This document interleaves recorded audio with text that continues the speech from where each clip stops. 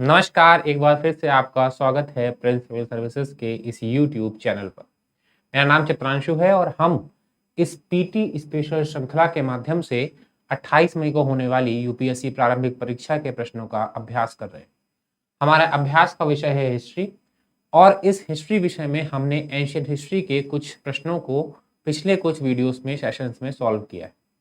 इसी श्रृंखला के आज के वीडियो में हम एंशियंट हिस्ट्री के अगले चैप्टर 6th सेंचुरी बीसी में होने वाले फॉरेन इन्वेजन्स यानी भारतीय इतिहास में होने वाले कुछ प्रारंभिक विदेशी आक्रमणों से संबंधित प्रश्नों को सॉल्व करने का प्रयास करेंगे। इससे पहले हमने महाजनपदा एज और उससे पहले वैदिक और हड़प्पा एज के संबंधित प्रश्नों का सॉल्व किया था और उस चैप्टर्स को ब्रीफली मैंने आपको समराइज करके समझाने का भी प्रयास किया ताकि आपका एक क्विक रिवीजन भी हो सके। तो इसी श्रृंखला के अगले वीडियो में उसका अगला चैप्टर हम पेश कर रहे हैं। चलिए वीडियो को शुरू करते हैं। जो पहला क्वेश्चन आपके सामने है वो कुछ इस प्रकार से है, महाजनपदों के संदर्भ में निम्नलिखित कथनों पर विचार कीजिए। तो महाजनपद याद है, पिछला वीडियो अगर आपने देखा होगा तो मैंने बताया था वैदिक काल और वैदिक काल के पश्चात जो समय 6th सेंचुरी बीसी से स्टार्ट होता है और वो समय आपका 322 ईस्वी में मौर्य वंश की स्थापना के समय तक जाता है। ये जो ट्रांजिशन पीरियड है जहां पर आपको कोई बहुत बड़ा वंश मौर्य जैसा दिखाई नहीं पड़ता बल्कि कई छोटे छोटे शहरों के रूप में महाजनपदों का उदय होता हुआ दिखाई पड़ता है, हम इसको महाजनपद काल के रूप में जानते हैं। और मैंने आपको यही बताया था कि जो महाजनपद काल का समय है, जो ट्रांजिशन पीरियड है, मुख्य रूप से नए नए नगरों के विकास जिन्हें हम महाजनपद या जनपद कहते हैं उसके लिए प्रसिद्ध तो है ही, प्लस दो और चीजों के लिए प्रसिद्ध है। पहला कारण है कि इसी समय पर भारत में हमें पश्चिमोत्तर भारत से कुछ विदेशी आक्रांताओं के आक्रमण देखने को मिलेंगे। मुख्य रूप से इनकी संख्या दो है, पहले ईरान का हकमनी वंश होगा और दूसरा सिकंदर महान का आक्रमण। इसके अतिरिक्त जो दूसरा रीजन है इसको और अहम बनाता है इस चैप्टर को, वो ये है कि यही वो समय है जब भारत में नए नए धर्मों का विकास भी दिखाई पड़ेगा, जिसे हम इस समय के रिलीजियस मूवमेंट चैप्टर में पढ़ते हैं। तो ये दोनों खंड ही इस चैप्टर के अलग अलग भाग भी बन जाते हैं। तो पिछले खंड में हमने महाजनपद काल के बारे में पढ़ा था, आज हम फॉरेन इन्वेजन्स के बारे में पढ़ेंगे और हम फिर आने वाले वीडियोस में रिलीजियस मूवमेंट को भी कवर करेंगे। क्वेश्चन आपको थोड़े बहुत ओवरलैप होते हुए दिखाई पड़ेंगे, तीनों ही चैप्टर, भले ही चैप्टर्स अलग अलग हों पर चूंकि समय एक है तो घटनाएं भी आपस में संबंधित होंगी। ठीक है, तो बोल रहा है महाजनपदों के संदर्भ में विचार कीजिए कि बौद्ध और जैन ग्रंथ में महाजनपद नाम से 16 राज्यों का उल्लेख मिलता है। तो क्या ये बात सच है? तो मैंने आपको बताया था क्लास में, अगर आप रहे होंगे मेरी, कि बौद्ध और जैन ग्रंथ जो हैं वो दोनों ही ग्रंथ आपको महाजनपदों के उल्लेख करते हुए दिखाई पड़ते हैं और मुख्य रूप से इनकी संख्या 16 थी, इसकी जानकारी भी हमें इन्हीं ग्रंथों से प्राप्त होती है। तो 16 राज्यों का उल्लेख इन दोनों ही ग्रंथों में हुआ है। बौद्ध ग्रंथ में अंगुत्तर निकाय की बात कर लें, यहाँ पर भी आपको 16 राज्यों का उल्लेख दिखाई पड़ेगा और जैन ग्रंथों की बात कर लें तो वहां भी 16 राज्यों का उल्लेख दिखाई पड़ेगा, जिसको सम्मिलित रूप से हमने क्या कहा बेटा, महाजनपद। हालांकि ये बात अलग है कि जो 16 राज्यों का उल्लेख है, इनकी जो नाम की बात की जाती है, जब 16 राज्यों को सामने रख के देखा जाता है तो बौद्ध ग्रंथ और जैन ग्रंथों में जो 16 नाम दिए गए हैं वो थोड़े अलग दिखाई पड़ते हैं। लेकिन चूंकि नामों पर प्रश्न नहीं पूछा गया, सिर्फ और सिर्फ इतना पूछा है क्या 16 जनपदों का उल्लेख है, तो आपकी आंसर होगा सही, हाँ उल्लेख है। दूसरा पार्ट है इसी क्वेश्चन का, क्या कि गढ़ और संघ नाम से प्रसिद्ध राज्यों में एक राजा का शासन होता था। तो बेटा कल जब मैंने आपको महाजनपद बताया था तो मैं आपको बार बार 16 महाजनपदों का उल्लेख कर रहा, लेकिन ऐसा कदापि नहीं है कि यही 16 महाजनपद ही उस समय के भारत में अस्तित्व में थे। कई छोटे बड़े राज्य और भी अस्तित्व में थे। हालांकि महाजनपद की जो शासन प्रणाली थी, वो शासन प्रणाली एक जो आपकी औपचारिक शासन प्रणाली प्राचीन भारत में रही है कि एक राजा और उसके कुछ मंत्री जो शासन करते थे, वही शासन प्रणाली यहीं पर यहाँ पर भी है। लेकिन ये शासन प्रणाली महाजनपदों में, जबकि कुछ ऐसे गण या संघ भी थे जिन्हें हम गणतंत्र भी कहते हैं बुद्धकालीन, ये ऐसे राज्य थे जहां पर इस तरह की निरंकुश शासन प्रणाली जो है, जहां पर राजा की शक्तियां सबसे अधिक होती थी और राजा के अलावा किसी और के हाथों शक्तियां नहीं होती हैं, वैसी शासन प्रणाली नहीं थी।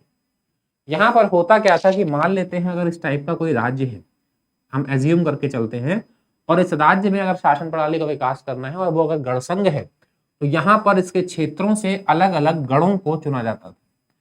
इन गणों के संघ बनते थे, और जो संघ बनते थे, मान लीजिए 1 2 3 ऐसे करके 8 भाग बन गए इस राज्य के, और इन 8 भागों से बेटा 8 लोगों को चुन लिया गया, और ये 8 लोगों की शक्तियां बराबर करके एक शासन प्रणाली को स्थापित किया गया, और ये जो 8 मिलकर डिसाइड करते थे वो पूरे राज्य पर लागू होता, ना कि एक राजा जो डिसाइड करता था उस पर लागू होता।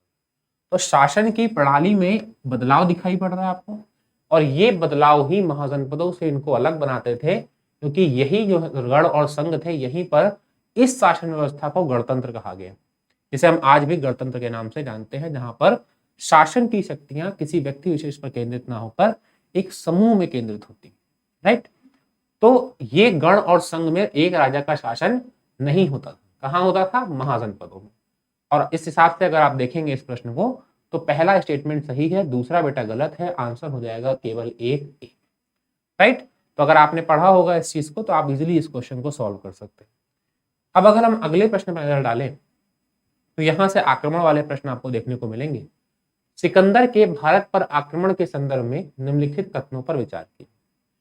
और विचार करने से पहले मैंने आपको कई बार बोला है कि आप प्रश्न की जो मेन थीम है, इसके जो की पॉइंट्स हैं उनको दिमाग में एक बार रिकॉल करने की कोशिश करिए। तो चलिए मैं आपको बताता हूं कैसे चीजों को आपको समराइज करना है, दिमाग में रिकॉल करना है। तो अगर हम इस भारत के मानचित्र को कुछ समय के लिए लें, तो ये मानचित्र में ये रहा मगध का क्षेत्र, और इस मगध के क्षेत्र में कई वंश शासन कर रहे थे इस समय काल के आसपास, और मैंने उनको बताया था पिछले वीडियो में, और फिर से रिवाइज करता हूं। एक तो था बेटा आपका हर्यक वंश, दूसरा था आपका शिशुनाग वंश, और तीसरा वंश था आपका नंद वंश।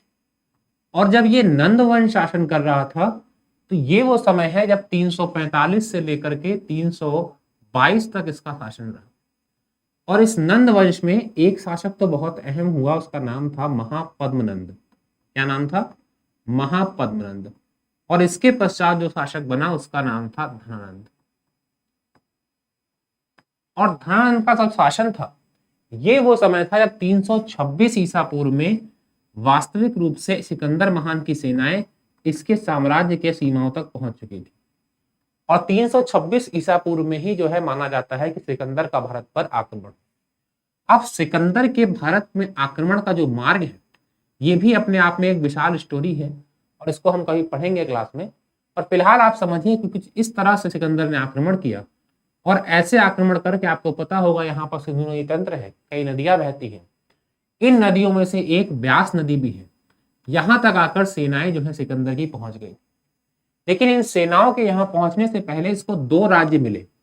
एक तो तक्षशिला में इसको आम्भी नामक शासक मिला, और एक इसको मिला इसी के जस्ट बाद, इसका नाम बहुत अहम है, पोरस। पोरस का राज्य। और पोरस का जो राज्य है वो बेटा आपका झेलम और चिनाब नदियों के बीच में पड़ता था। पोरस की सेनाओं ने सिकंदर को रोकने की भरपूर कोशिश की, और इस कोशिश का परिणाम ये रहा कि वो हार तो गया, लेकिन परिणाम महत्वपूर्ण ये रहा कि सिकंदर की सेनाएं जो है वो पोरस की सेनाओं से जीतने के पश्चात भी उनका आत्मन जो बलोबल है वो इतना टूट गया कि जब उनको जानकारी मिली कि मगध में इस धनानंद की कई लाखों की सेना उसका इंतजार कर रही है, तो उस सेना का मनोबल इतना टूट चुका था पोरस के युद्ध के बाद कि उस सेना ने इसी व्यास नदी से आगे बढ़ने से मना कर दिया, और उसकी सेनाएं फिर इसी मार्ग से ऐसे करके वापस लौट गई। तो ये सिकंदर के आक्रमण का कुछ मार्ग है, कुछ इंपॉर्टेंट चीजें जो आपको पता होनी चाहिए हर हाल। अब अगर हम प्रश्न पे आते हैं तो चीजें ज्यादा क्लियर होंगी। चलिए देखते हैं। भारत में उसका सामना सबसे पहले तक्षशिला के शासक आम्भी से हुआ। मैंने आपको बताया अभी कि कई छोटे बड़े राज्य, जनजातियां, कबीले थे, लेकिन पहला जो बड़ा राज्य उसके सामने आता है वो तक्षशिला का आम्भी। तक्षशिला राज्य है, जिसका शासक क्या था? आम्भी। बात क्या है? सही स्टेटमेंट है ये बेटा। इसके बाद अगर हम अगले स्टेटमेंट में देखें, उसका भारत में पहले सबसे शक्तिशाली प्रतिरोध पोरस ने किया। अभी जस्ट मैंने आपको बताया कि पोरस का जो राज्य है वही सबसे शक्तिशाली युद्ध हुआ उसके साथ। वास्तविक रूप से भारत के सबसे बड़े केंद्रीय राज्य जो उस समय का था, उसका नाम क्या था? नंदवंश, मगध का। उससे कभी 1 to 1 सामना हो ही नहीं पाया सिकंदर का। और कारण मैंने अभी आपको एक्सप्लेन किया कि कैसे पोरस युद्ध के पश्चात उसकी सेनाएं का मनोबल खत्म हो चुका। उसके द्वारा भारत पर आक्रमण के समय मगध पर मौर्य वंश का शासन था। क्या ये सही है? नहीं सही है। यहां पर किस वंश का शासन है? मैंने भी जस्ट आपको बताया, नंद वंश का शासन। नंद वंश के शासन को मार के ही क्या बनेगा? चंद्रगुप्त मौर्य शासक बनेगा, तब मौर्य वंश की स्थापना होगी। सिकंदर के आक्रमण के समय मौर्य वंश का शासन नहीं था। तो इस तरह से अगर आप उत्तर निकालेंगे तो उसका उत्तर हो जाएगा 1 and 2 बोथ आर राइट। तो आंसर हो जाएगा ए, 1 और 2 दोनों से राइट। चलिए अगले क्वेश्चन में विचार करते हैं। भारत में सिकंदर की सफलता के संदर्भ में निम्नलिखित कथनों पर विचार कीजिए। अभी पूछा था कि आक्रमण के कुछ फैक्ट्स पूछे थे, अब पूछ रहा है कि सिकंदर जो सफल रहा पश्चिमोत्तर भारत को जीतने में, उसके क्या कारण थे, है ना। तो उस समय भारत में कोई केंद्रीय सत्ता नहीं थी। केंद्रीय सत्ता से अर्थ क्या है, इसको आपको समझना है।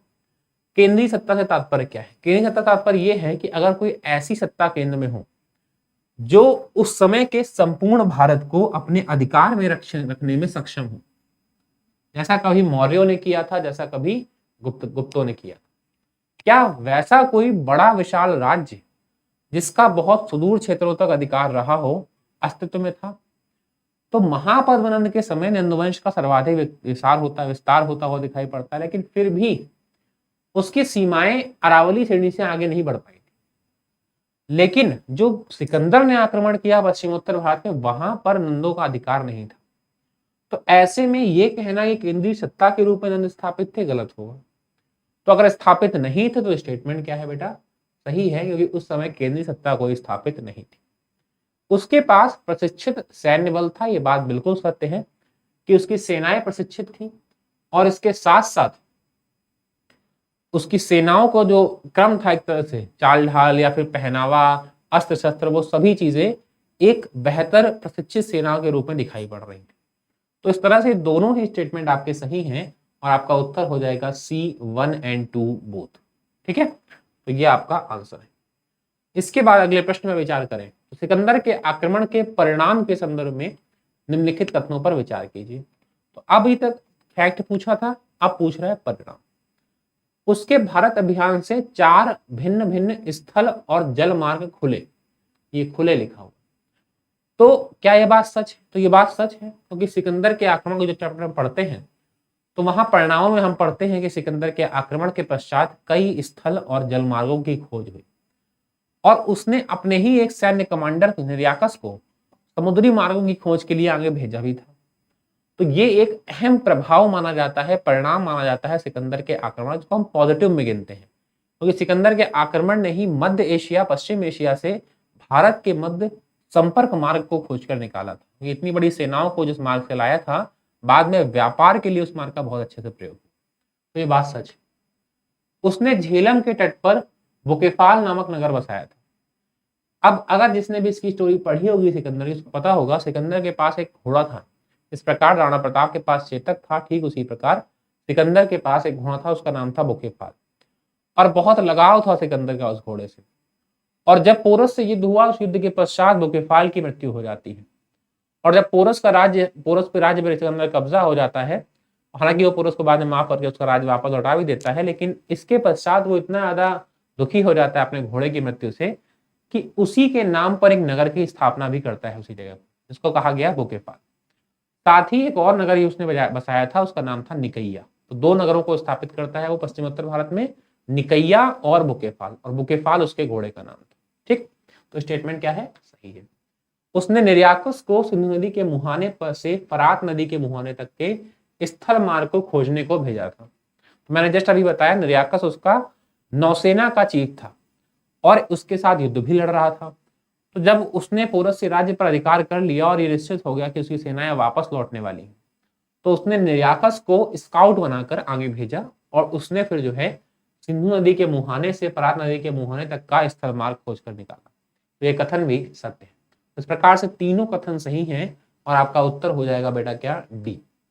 ठीक है, तो D is the right answer. इसके बाद हम अगले क्वेश्चन को अगर देखें तो यहाँ पर अब अगले आक्रमण की बात कर रहा है, भारत पर ईरानी आक्रमण। हालांकि अगला नहीं है, पिछला ही है, क्योंकि अगर इतिहास के कालक्रम में आप जाएंगे तो आप देखेंगे कि ईरानी आक्रमण पहले होता है और आपका यूनानी आक्रमण है, सिकंदर का आक्रमण, ये बाद में होता है। अब जो ईरानी आक्रमण है, इस पे क्वेश्चन पे जाने से पहले एक बार हम हमेशा की तरह चीजों को एक बार रिकॉल करने की कोशिश करते हैं। 545 ईस्वी के आसपास मैंने आपको बताया हर्यक वंश की स्थापना होती है, और इस 545 के समय ही जहां एक और हर्यक वंश में बिंबिसार शासन कर रहा था,